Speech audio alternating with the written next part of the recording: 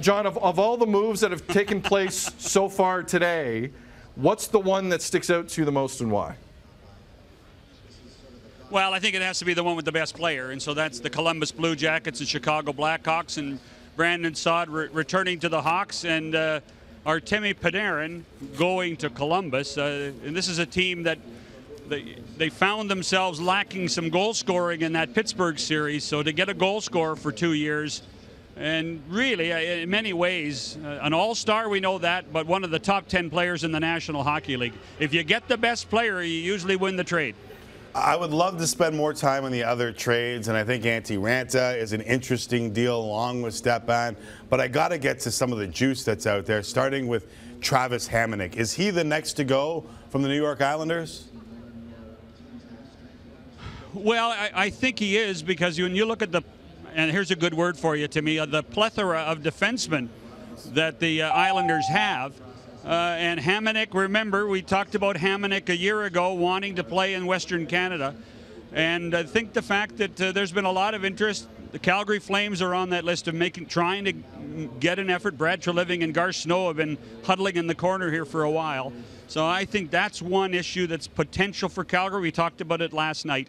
So Travis Hamonic will be on the move.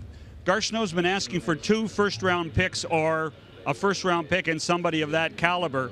To get Hamonic. That might be a little expensive, and Gar Snow may be able to figure that out and might have to compromise before the night's out. And by the way, don't forget, the Flames haven't been afraid to trade first-round and high draft picks before. They've just finished paying off the Dougie Hamilton deal, and Dougie Hamilton played very well for Calgary this year. Yeah. John, speaking of rumors, I want to go to one involving the Blackhawks kind of as an offshoot of what's already taken place today. And there is some speculation that there are those inside the Hawks organization who were a little perturbed at the way this played out today. There was eyewitness reports of Quenneville leaving a meeting at a hotel, getting in a cab, driving away. Now people are jumping to wild conclusions on that. There's nothing sound to that. Is everyone in lockstep based on what you're hearing concerning what Stan Bowman did today?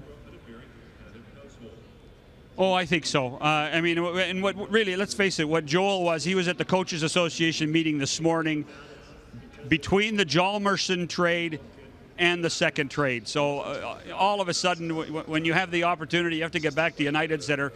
I think that was probably the indication there. Joel being downtown and not being with Stan Bowman and the rest of the management team while these 2 big trades are being announced, he would have been under deluge at the hotel by all the media. So to me, I don't want to make too much of him departing quickly. John, one of the conversations we had earlier in the show is that obviously what Chicago has in Kane and Taves is fantastic, and they've been able to parlay it into cups, plural. But they're also put in a spot at $10.5 million per guy, where they've got to be creative, and they've had to be creative for a while with their salary cap management. Then word comes today, and we played the clip earlier of Nick Kypreos suggesting that the ask for Connor McDavid will be around $14 million, and Nick's word said that could ruin Edmonton. Is that what you're hearing the ask is?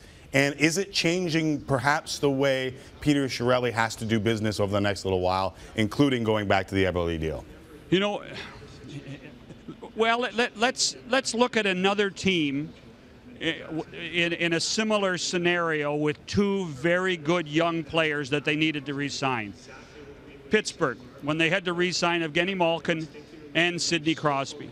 So between those 2 players, there was a number close to $20 million in salary. When you look at Connor McDavid and Leon Draisaitl, what are those numbers going to add up to? Are they going to be $20 million? Are they going to be $22 million? You know, I spent some time with Nick last night, and we were trying to iron this out. I think if you go to $22 million total for both guys, it's reasonable. Anything above that, then yes, Edmonton's painting itself into a really, really tough corner. Connor McDavid's got to be smart about this too. If he wants to play on a team that has the potential of winning a championship, he has to leave some money for someone else. Unless he doesn't.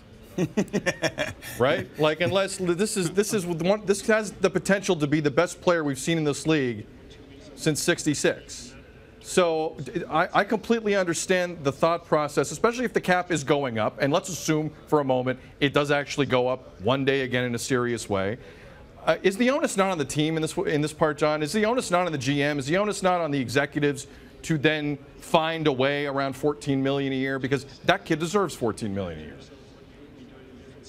Well, and that's the challenge. I mean, here we are in Chicago. Look at the numbers that Taves and Kane have. They're over $20 million, the two of them. They have a strong core of guys.